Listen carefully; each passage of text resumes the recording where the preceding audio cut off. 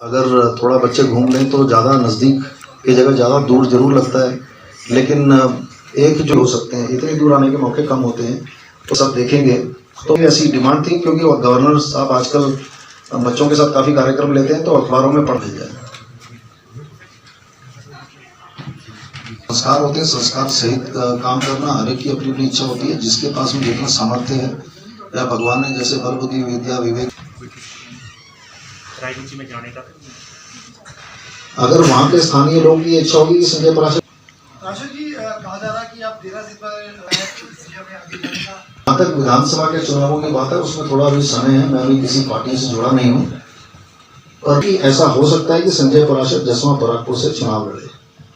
क्या लोगों से जनसंपर्क कहते हैं कि आप जैसे ऐसे लोग जो समाज में इस तरह के काम करते हैं आपको आगे आना चाहिए? 111 पोलिंग बूथ हैं, करीब करीब 1,10,000 की आबादी है हमारे यहाँ पर, और वहाँ आज की प्रेस वार्ता 3 मुख्य मुद्दों पर थी। पहला ये कि जो हमारे यहाँ पर इंग्लिश लर्निंग और कंप्यूटर सेंटर के जो बच्चे आए हैं, गवर्नर से मिले हैं, और अब गवर्नर हाउस भी जाएंगे और थोड़ा सा यहाँ पर भ्रमण भी करेंगे, और जो ये बुक की यहाँ पर स्टॉल्स वगैरह लगी हैं उसमें भी आएंगे। तो ये एक मुद्दा ये था हमारे लिए कि भाई बच्चों को हम एक्सपोजर दें और हमारे जो प्रदेश की राजधानी है वहाँ पर लेकर जाएं।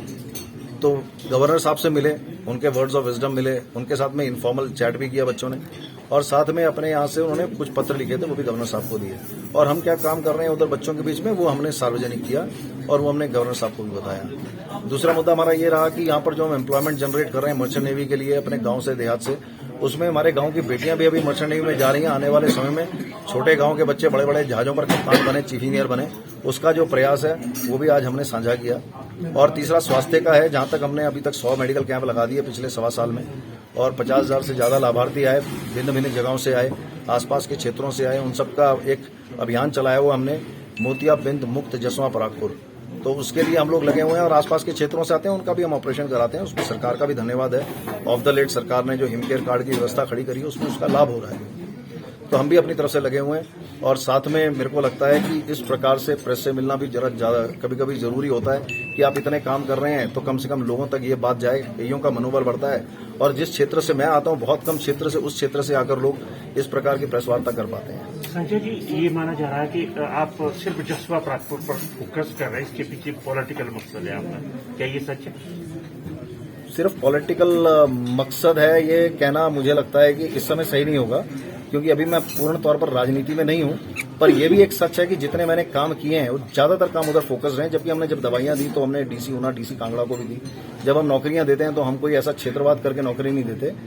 तो पर यह है कि जहां मैं रहता हूं उसके आसपास के जो गांव है वहां पर चिंतपूर्णी ऊना का भी क्षेत्र आ जाए, चाहे वो गगरेट का आ जाए, चाहे देरा का आ जाए, पर मुख्य तौर पर यह जसवां परागपुर तक ही सीमित रह जाता है। सर, चुनाव लड़ेंगे आप?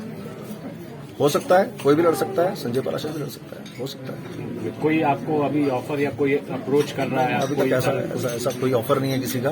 अभी तक तो लोगों से जनसंवाद है, जनसंपर्क है। अभी लोगों की इच्छा है कि भाई संजय पराशर को इसका भी सोचना चाहिए।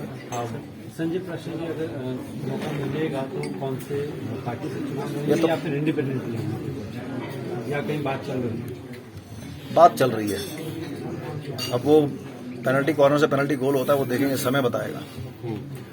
वहाँ से मंत्री भी हैं, अभी जो मंत्री हैं, आपके एमएलए हैं, उनके कार्य को आप किस तरह से देखते हैं?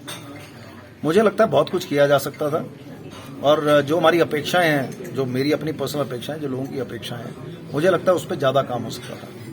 क्योंकि ऐसे मौके बार बार नहीं मिलते किसी एक विधानसभा क्षेत्र को कि जहां पर इतना दायित्व वाला मंत्री हो, और उसके बावजूद भी हमें लगे कि थोड़ी सी कमियां रह गई और कुछ हो सकता था। क्या लगता है आपको कि वहाँ पर उनकी तरफ से कोई ऐसे बड़े प्रयास नहीं हुए जो होने चाहिए?